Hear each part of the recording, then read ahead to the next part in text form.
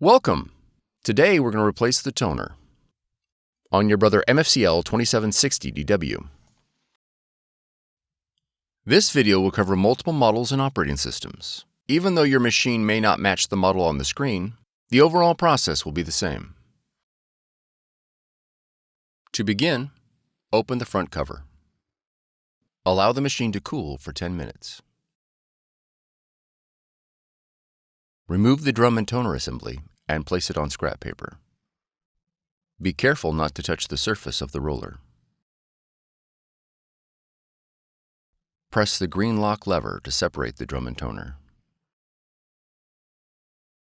Remove the replacement toner from the packaging. Remove the orange protective guard. Insert the toner into the drum module. Listen for the lever to click. Slide the green handle back and forth several times to clean the corona wire.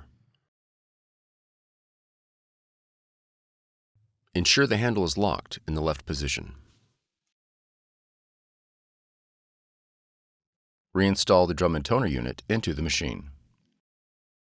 Close the front cover.